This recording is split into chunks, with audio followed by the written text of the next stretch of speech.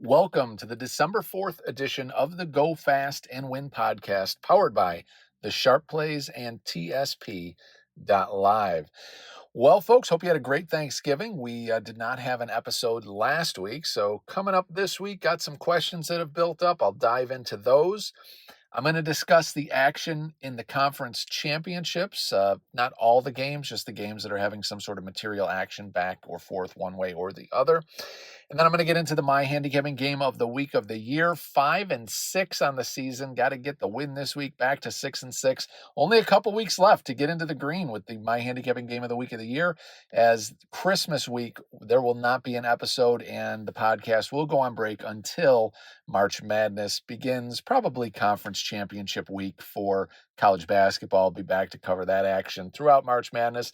And then after that, it'll be a break until we get to football season again. So, and in case I did not mention it, there will be a My 2 Cents at the end. Now let's get into it. Got a lot of questions here. The goal of the Go Fast and Win podcast has always been to go fast and provide quality winning information. And I appreciate that a lot of you enjoy the longer podcasts. They used to be about 5-10 minutes at most.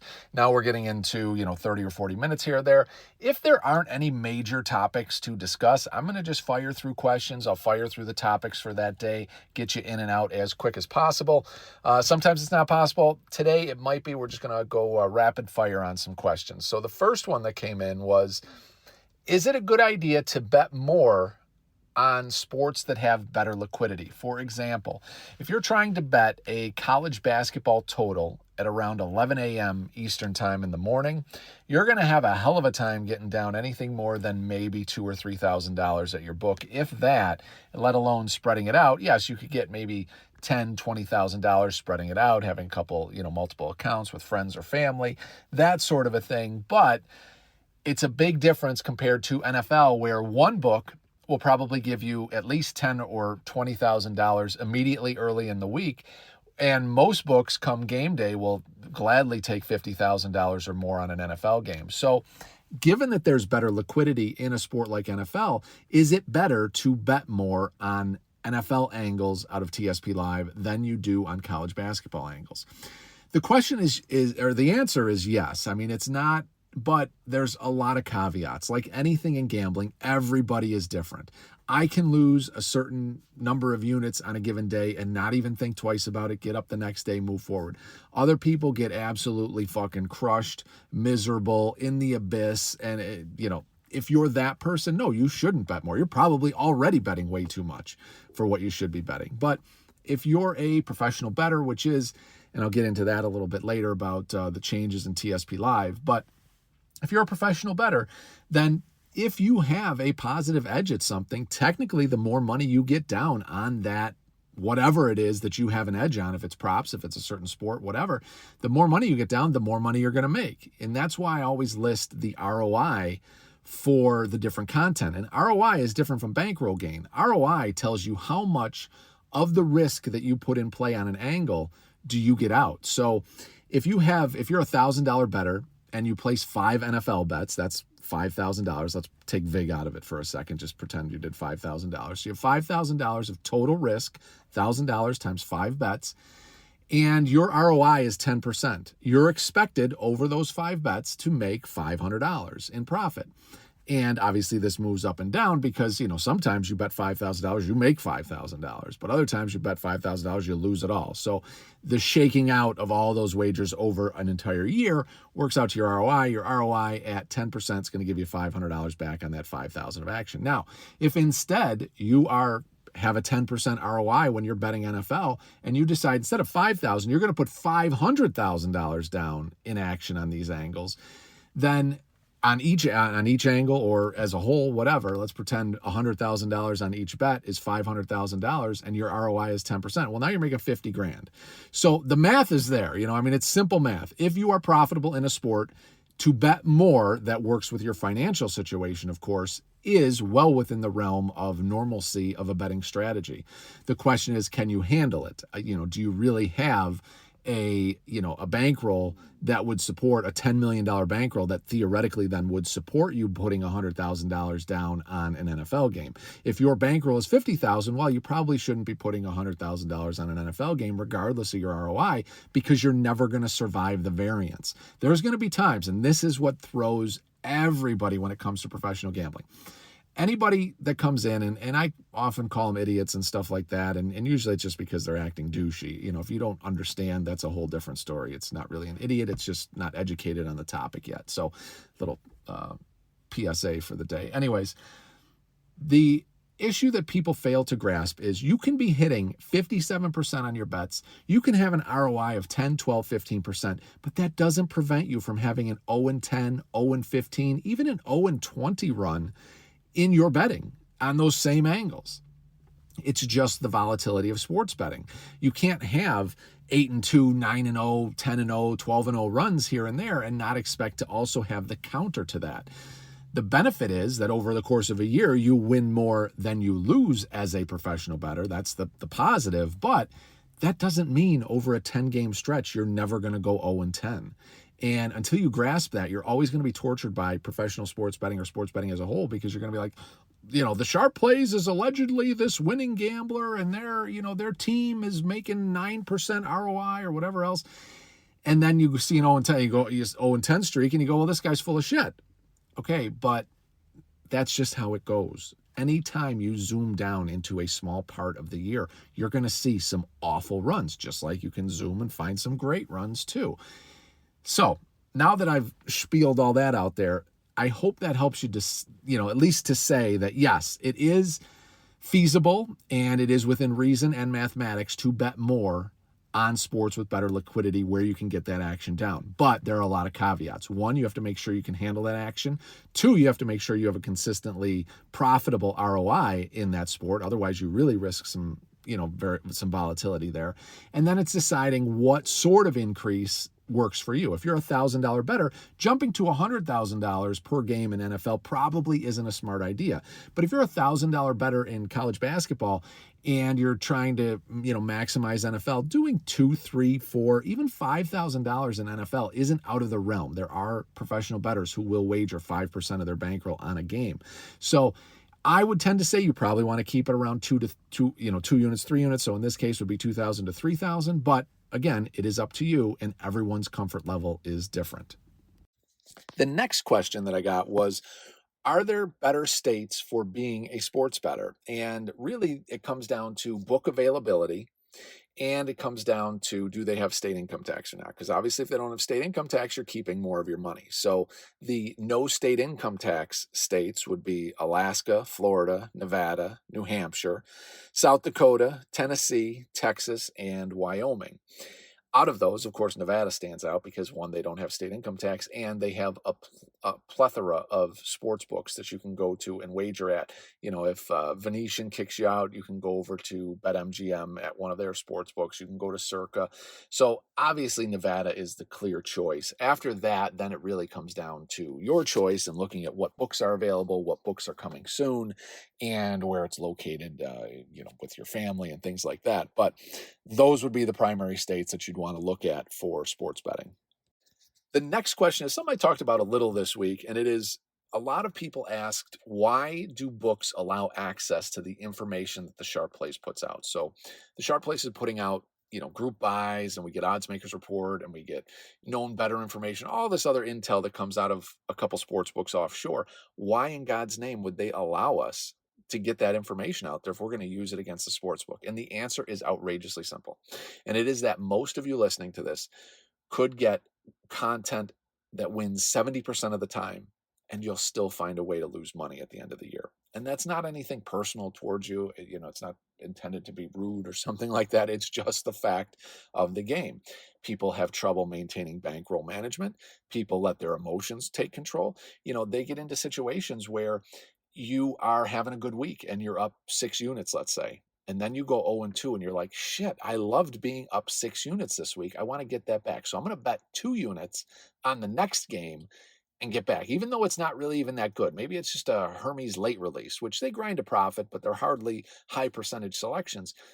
I'm going to bet 2 units on that and just hope for the best. And then it loses. And now you're down to 2 units and you were up to 6 units for that week. And now you're pressing that 2 units to try to get to 4 units to try to get back to 6 units. And next thing you know, you're at zero. And now you're really spiraling. Now you're really losing it because you're like, I had 6 units. Now I have zero for this week of profit. And now you're pressing again. Maybe you win, maybe you lose, but you're already in the abyss. And it's only a matter of time before you blow more bankroll. Foolishly just pressing and chasing and betting angles that are not optimal. And that, unfortunately, is the case for most gamblers.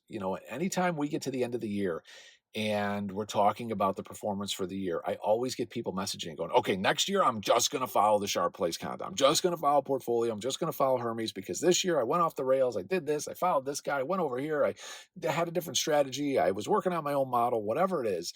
And their performance does not jive because they made a variety of decisions, which is fine, but those decisions then affected their performance.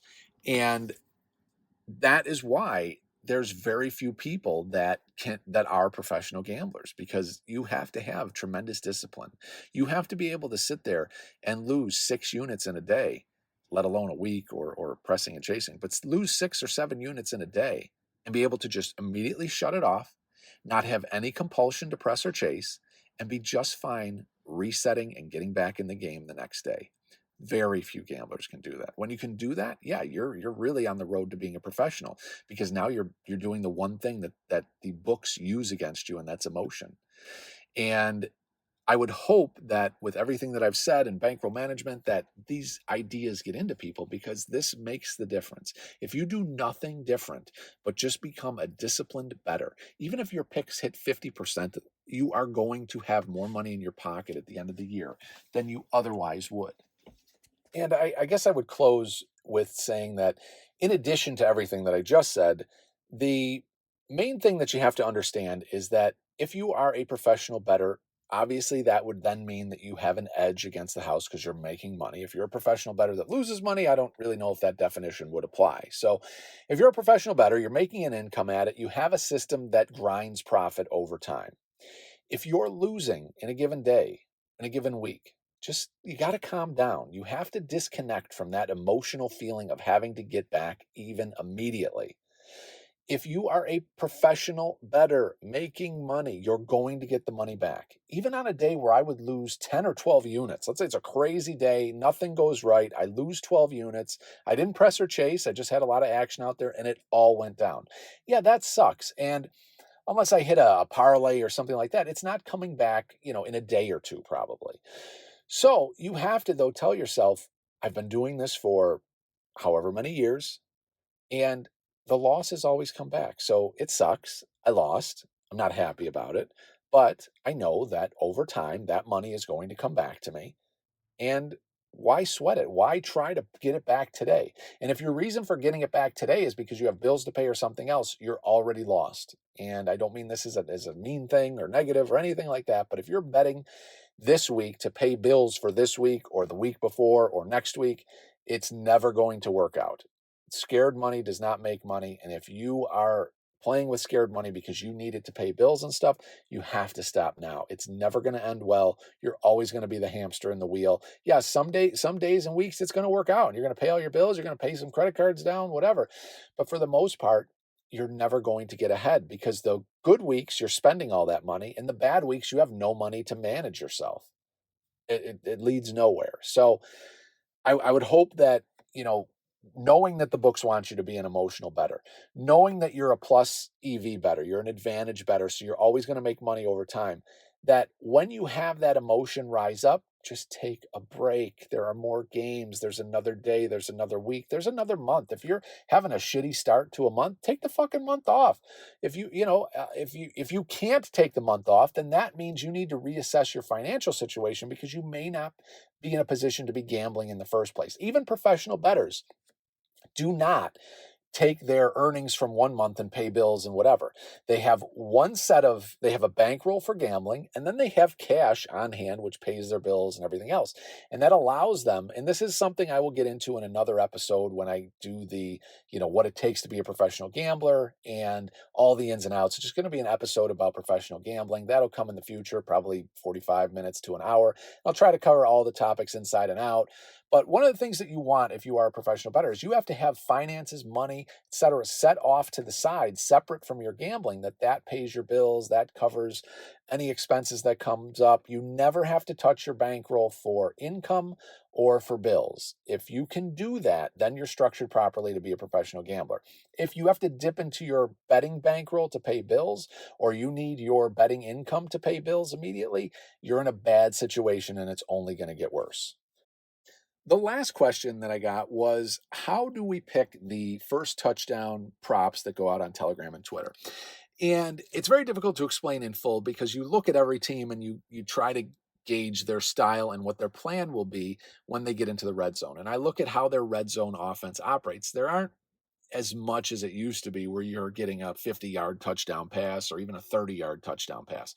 Most of the touchdowns are short-range passes. Now, you can, of course, get receivers in there, but that's why I tend to lean on tight ends, running backs, and even running quarterbacks, because most of the plays when teams are going for, especially that first drive where the defense is ready, you're not really getting a lot of breakout plays in the early part of the game. That comes later when the defense is tired.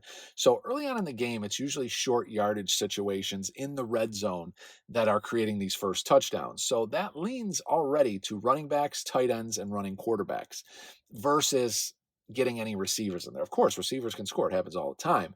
But that's why I tend to look at running backs, tight ends, and quarterbacks to start off. After I look at that, each team has their own unique style. When they get into the red zone, they tend to, for example, Baltimore. We made a fortune off Mark Andrews through the years because if it wasn't Lamar Jackson running in, and you can't bet Lamar Jackson to run in for the touchdown because he's always an undervalue. There's no value on him. Everyone bets Lamar Jackson in the Baltimore Ravens games to get the first touchdown. So there's no value there. But when Jackson can't get outside, he tends to dump it off short. So to either dump it off to the running back or he'll pass it to Mark Andrews and get a nice touchdown out of it. And it's really that simple. It's just looking at the teams and trying to gauge their styles and what they would do. Yes, there are occasions where I'm using sharp money information or intel that someone, put out that they're local to, in tonight's case, Dallas and Detroit. Maybe they're local to Dallas, and on the radio, the coach was talking about, we're trying to get it more to, this position player, or we're trying to get our wide receivers more involved in the red zone. Okay, right there. Look at Dallas's wide receivers.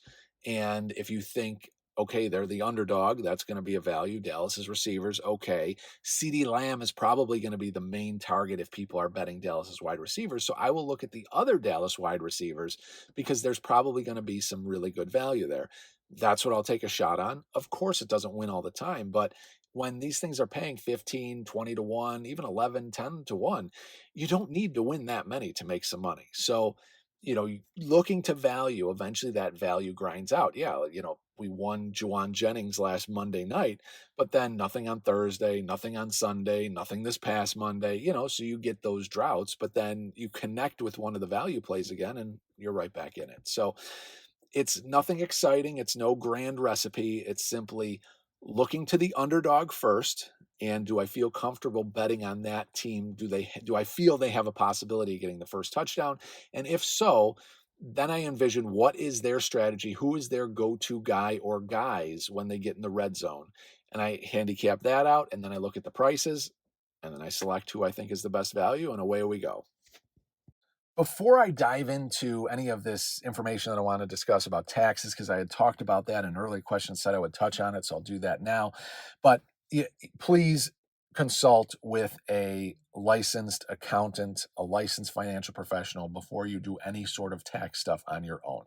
The advice I am about to give is from a non-professional. It's just what I've been reading online, information that I've been getting. So please check with a accountant before doing anything in this regard.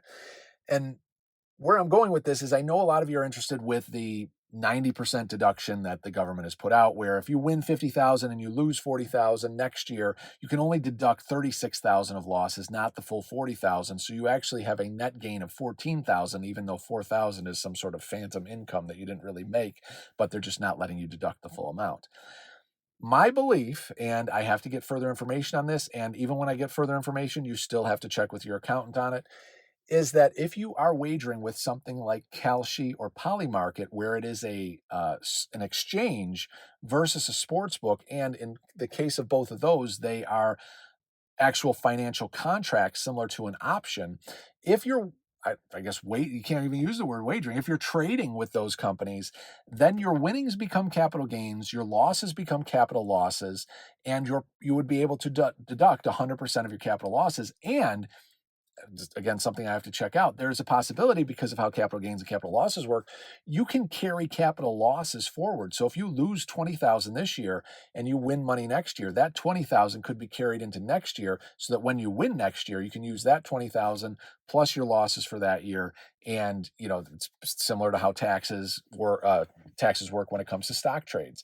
So I don't know if that's how this actually operates. I'm waiting to get further information. I will share that further information. But again, regardless of what it is, please check with your accountant before doing anything regarding Kalshi, Polymarket, really regarding anything. Have your accountant handle your taxes.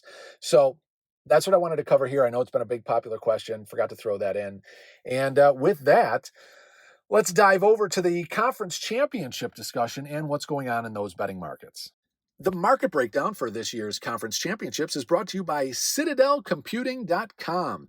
Information is power, protect yours. At Citadel, they believe privacy is not a luxury, it is a right. In a world where corporate data, personal information, and public filings are more exposed than ever, they provide the tools businesses need to operate securely, confidently, and anonymously. Their mission is to restore control to companies and entrepreneurs by shielding their identities and strengthening their digital infrastructure. The Sharp Plays uses CitadelComputing.com for all of our backbone infrastructure, hosting, privacy, security of files, the EFX mail product that we use. Excellent services.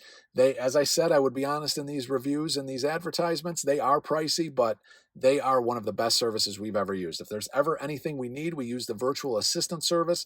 They go out there, they find whatever it is we're looking for within minutes. It's incredible. For example, I was just talking about that Kalshi and Polymarket stuff and discussing that you need an accountant before you do anything. Well, they can go in and they can find an accountant that would specialize in whatever your issue is, get them right to you, connect the both of you, and away you go. So check it out today, CitadelComputing.com. Let's dive into those conference championship market breakdowns right now. The first one that I'm going to cover, I'm only going to discuss the ones that have at least small sharp buying. If it doesn't have small sharp buying, or it's not clear buying, it's not even worth getting into. We're just wasting our time. We can see how that develops later in the week. Also, no totals here. Totals have been a mess this season. You're getting conflicting action. It goes one way early in the week, goes another way later in the week. Sometimes it's back both ways. It has been a weird year for college football totals, so I'm not even going to mess with covering those. Let's just discuss the sides, and there are four that I'm going to dive into. The first one is Texas Tech and BYU. Early sharp money was all over Texas Tech, 11.5 all the way up to 13.5. But then at 13.5, we had some sharp money come in on BYU.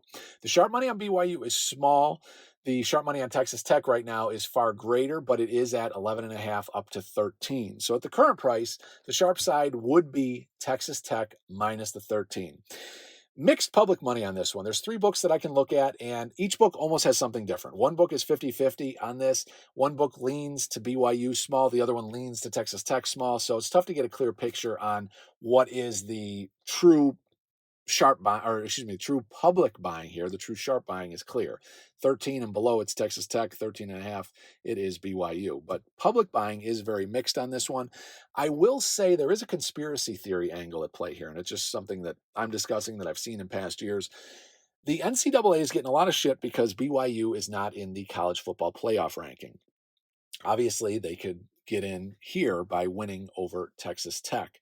But there is nothing that the NCAA loves more than proving haters wrong. And the haters are saying that the NCAA is corrupt because they are not including BYU and so on and so forth. So the thing that the NCAA would love more than nothing else is to see BYU get this shit kicked out of them this Saturday and Texas Tech absolutely blow them out, because it will quiet all that noise, and it will show that the NCAA did indeed know what was going on and that BYU was simply outclassed, and that's why they didn't deserve to be in the college football playoff.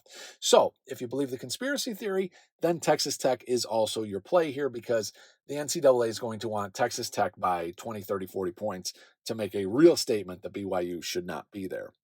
The next game that I'll go to is Alabama and Georgia. We have medium public money to Georgia across all three books. Pretty much medium on each of those. Combined as a whole, definitely medium money on Georgia. We do have small sharp buying on Alabama plus the 2.5.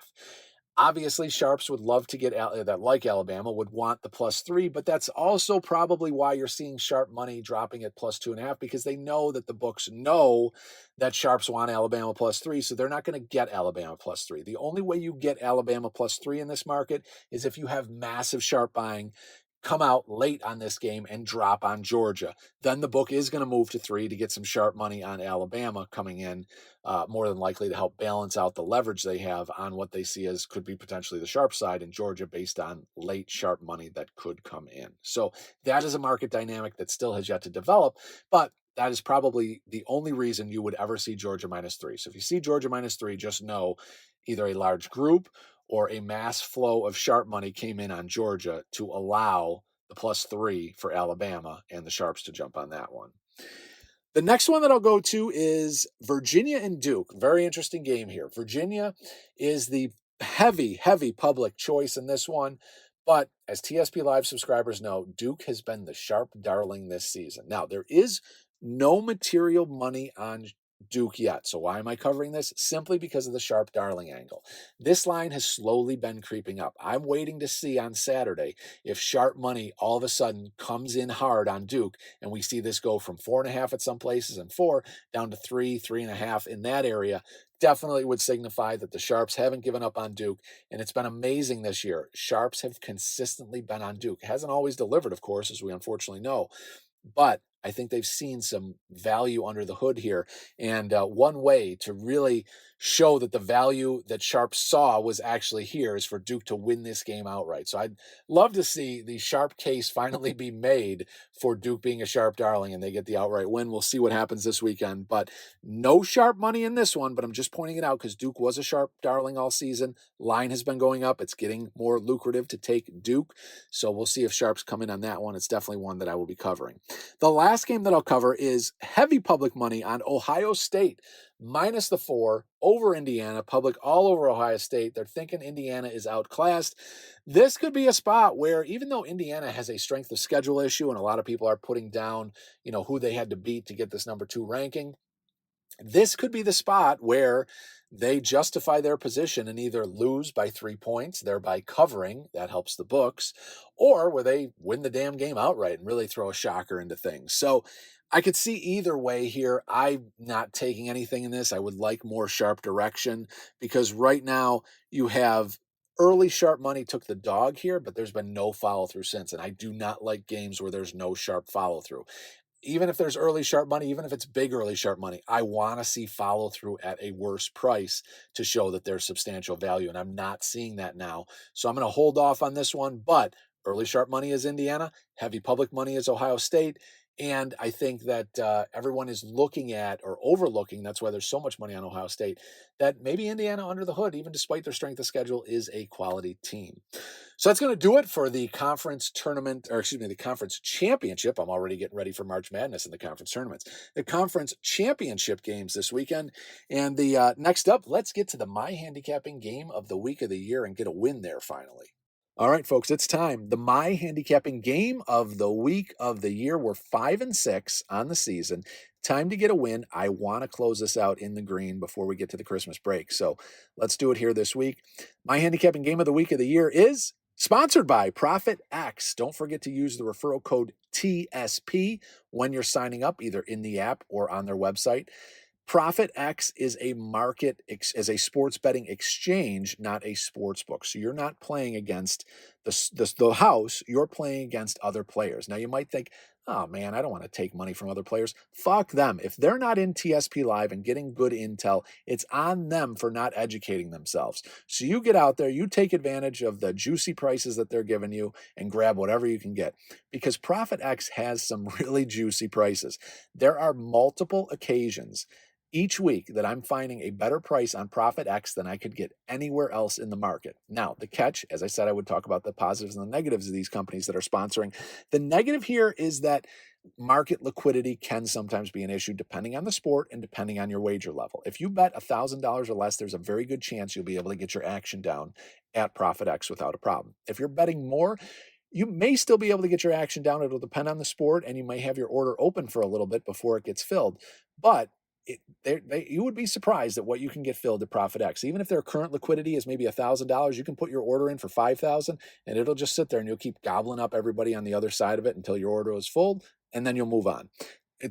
I really like their service. I think it is really it's the future of sports betting to me, because it takes away the house, it minimizes the margins, and you can get the lower that you're paying when it comes to vig, the less you have to win. So if you're paying minus 110, you have to win 52.4% of your bets to make a profit. If that goes below 110, now your win percentage lowers. If your win percentage is still the same, obviously that means making more money. So check it out today, Profit X. Use the referral code TSP. You probably got a hint of where I'm going for the My Handicapping Game of the Week of the Year. And yeah, I'm going to give it a shot. It does concern me because BYU is a feisty team. And yes, I'm going to go with Texas Tech minus the 13. One, they're sharp money at 13. Two, it plays that NCAA conspiracy angle that they would love Texas Tech just to knock the shit out of BYU and to make the whole talk of BYU should be in the play. It'll knock it right out of the park. So for that to happen, you got to see a big win by Texas Tech this week. So I'm going to take Texas Tech minus the 13 as the My Handicapping Game of the Week of the Year. Let's get to 6-6. Let's get a win next week, the week after, going to Christmas in the green with a win. Texas Tech minus 13 starts the run. Last but not least is my 2 cents, and it's a real simple one this week, guys. It's just about being positive. Be positive regardless of what comes at you in life. There's a lot of shit that's going to go on. We all have our stories. We all had negative stuff happen to us, but it's how you deal with it. Do you move forward? Do you get up off the mat and keep pushing forward to success? Or do you just wallow in the misery and just fall into the abyss deeper and deeper and deeper? The people who move forward, they're the successful ones. The people who wallow in the abyss are never successful, but then they're miserable that they're not successful. But what they don't realize is the misery is the reason they're not successful. They're holding themselves back. Don't hold yourself back. Be positive, keep pushing forward, because when you do that, especially when it comes to betting, I won't go down a Tony Robbins road about being positive in life, but when you're a bettor and you're a miserable bettor, you are going to lose more than any of the positive bettors out there. So keep your head on right, keep pushing forward, stay positive, cash the tickets. Good luck this week. I'll see you next week.